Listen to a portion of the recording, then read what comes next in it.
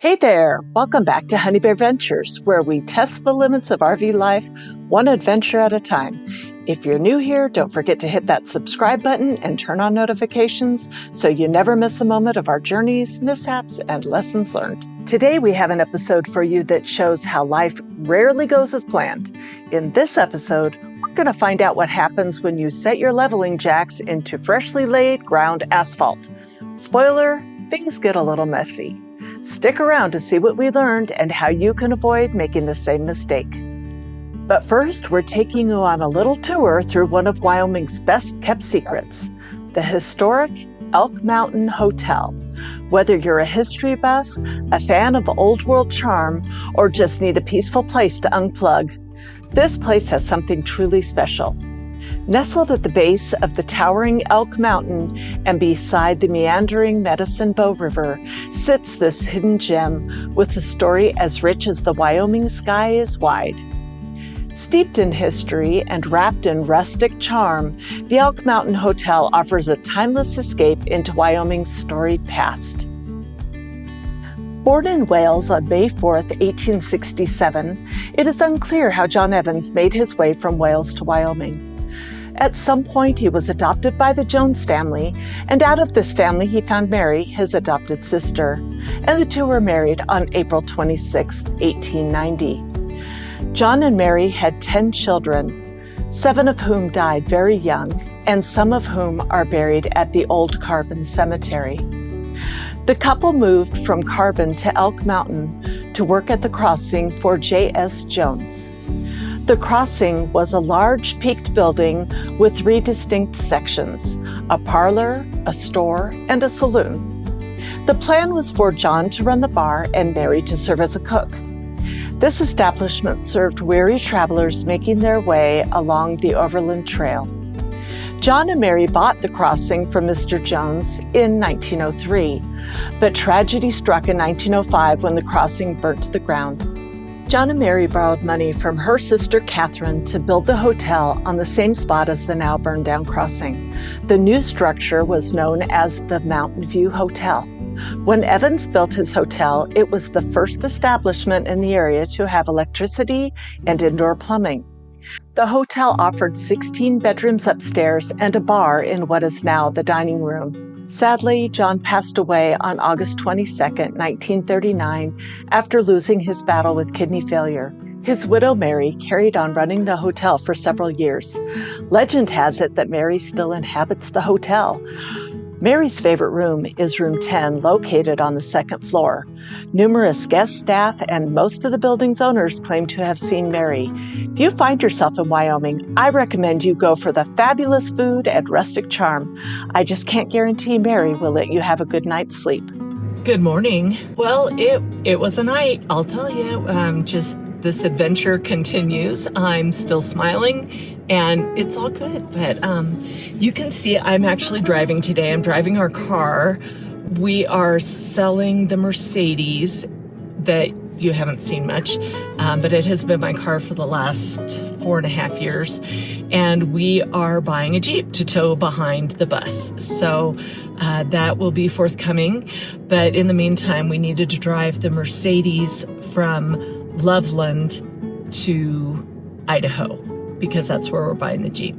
So anyway, we're ready to hit the road. I'm just waiting for Robert to do his final walk around and make sure everything's good to go. And then we'll be on the road. I will share that last night we had a little issue with our landing gear. Where we're staying, actually, it's been amazing. We are staying at the Historic Elk Mountain Inn, and the people here have been amazing. We had a situation last night when we parked the bus. They have put asphalt down, I'm sure because they wanted a really good solid base, but right now the asphalt's still not quite settled. And when Robert put the landing gear down, it kind of sunk down into the asphalt, the ground asphalt rock. Now, granted, this is ground asphalt. It's not fresh asphalt that has just recently been laid. We're not putting a bus on that. It is actually ground up asphalt that has been left here. So anyway, when he put the landing gear down, it sunk down into the asphalt and it got stuck. We couldn't get level, and the landing gear, we tried to get it back up again because we were just going to move the bus back a little bit or to a spot that was a little more level. But we couldn't get the landing gear back up. It was almost time for the kitchen to close. We hadn't eaten. I insisted that Robert get something to eat. So I made him stop what he was doing, and we went over and had dinner, which I'll show you that.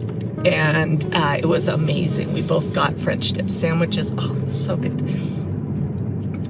Anyway, the cook in the kitchen, Becky, she said that her husband lived nearby, and her husband is a state trooper, and he was just coming home from work. So he brought us a shovel, and he also brought a shovel for himself to use. And he was out there with Robert digging the landing gear out from this ground asphalt so that they could try to get the landing gear up. And he had already worked a 13-hour day, and I couldn't believe he's out there helping us pull up landing gear. We were not able to actually get the landing gear up at that point. He actually went home, brought us a screw gun just in case we needed that to get the landing gear up. But he, at the time that he left to go home and get some sleep because he had another day today that he had to work, when he left, the landing gear was still down. So Robert and I hunted trying to figure out, what does Google have to say? Is there anybody that's had this problem?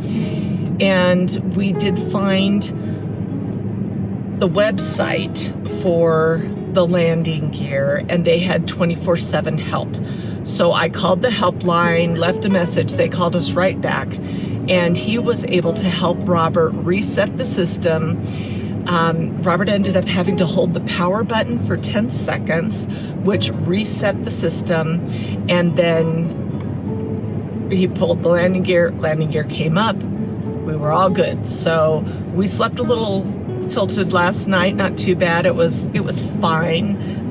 This morning we went back and had breakfast, had biscuits and gravy. Becky is an amazing cook.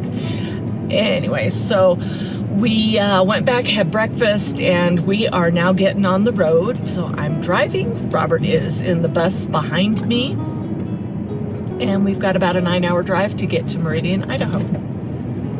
I just thought I'd share with you while I have a chance what's happening today and the fun that we're having with the bus. Even with the little situations that we've had, I love this bus. It is amazing, and I can't believe I get to live in a bus. It's just so cool.